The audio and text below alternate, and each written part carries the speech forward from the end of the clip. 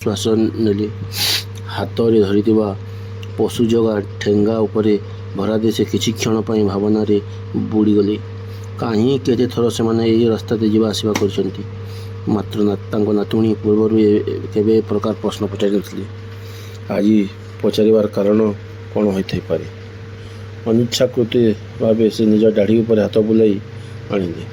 ତାଙ୍କ ଆଖି ଛଳ ଛଳ ହୋଇଗଲା। ଜେଜେ କିଛି କହୁନ କାହିଁକି? ମା'ରେ ଘରଟିଏ ଥିଲେ, ସେଥିରେ ଲୋକବାକ ଥିଲେ ବୋଲି ଆମେ ଭାବୁ। ଏ ଘରେ ମଧ୍ୟ ଲୋକବାକ ରହୁଥିଲେ। ସେମାନଙ୍କର କେତେ ମାନ ମର୍ଯ୍ୟାଦା ଥିଲା ତୁ ଜାଣିନାହୁଁ। ଏ ଘରର ଅବସ୍ଥା ଦିନ ଏମିତି ହୋଇଯିବ କେହି କେବେ ଭାବିନଥିଲେ।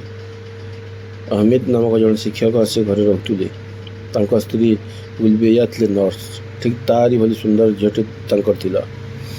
ନାଁ ତା'ର ହୁରିୟତ। ସେ ସୁଖୀ ପରିବାର ଉପରେ ଏମିତି ବିପଦ ପଡ଼ିଲା ମୋତେ ଜଣା ନାହିଁ। ସେମାନେ କାହାରି କିଛି କ୍ଷତି କରିନଥିଲେ, ମାତ୍ର ସେମାନଙ୍କର ସବୁ କିଛି ନଷ୍ଟ ହୋଇଗଲା। ଆମେ ସମସ୍ତେ ଏକା ପ୍ରକାର ବିପଦରେ ପଡ଼ିଥିଲୁ, ମାତ୍ର ସେମାନଙ୍କର ଦୁର୍ଦ୍ଦଶା ସମସ୍ତଙ୍କୁ ବଳିଗଲା। ଆମର ଏହି ଇଲାକାରେ ଶିକ୍ଷକ ଅହମିଦଙ୍କ ସମକକ୍ଷ ଆଉ କେହି ନଥିଲେ। ଜ୍ଞାନୀ, ଗୁଣୀ ଓ ଗପୁଡ଼ା। ତାଙ୍କୁ ଘଣ୍ଟା ଘଣ୍ଟା ଧରି ଶୁଣିଲେ ବି ଆମର ମନ ବୋଧ ହେଉନଥିଲା।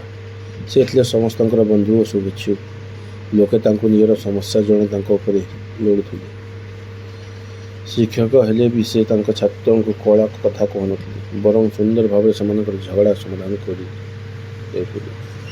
ଶିକ୍ଷକ ଅହମିଦ କଥା ଶୁଣି ତାଙ୍କ ସ୍ତ୍ରୀ ଗୁଲବେୟା ମଧ୍ୟ ତାଙ୍କରି ଭଳି ହୃଦୟା ଥିଲେ। ନର୍ସ ରୂପେ ସେ ଥିଲେ ଆମମାନଙ୍କର ଡାକ୍ତର। ଦେହ ଖରାପ ହେଲେ ସମସ୍ତେ ତାଙ୍କୁ ଖୋଜୁଥିଲେ। ଗୋଟିଏ ଶବ୍ଦରେ କହିଲେ ସେ ଦୁହେଁ ଥିଲେ ଆମ ଗାଁର ଦୁଇଟି ମଜବୁତ ସ୍ତମ୍ଭ। ସେମାନଙ୍କୁ ଆମେ ସବୁବେଳେ ସାହାଯ୍ୟ ଦେଇଛୁ, ମାତ୍ର ଦରକାର ବେଳେ ଆମେ ତାଙ୍କୁ ସାହାଯ୍ୟ କରିପାରିଲୁ ନାହିଁ। ମନରେ ଅଫସୋସ ରହିଗଲା। ୟୁସୁଫ ଧଇଁସଇଁ ହୋଇ ଏଇଠି ଅଟକିଗଲେ। ପାପୁଲି ପଛପଟେ ନିଜର ଓଦାଳିଆ ଆଖି ପୋଛି ଆହୁରି ଶୁଣିବା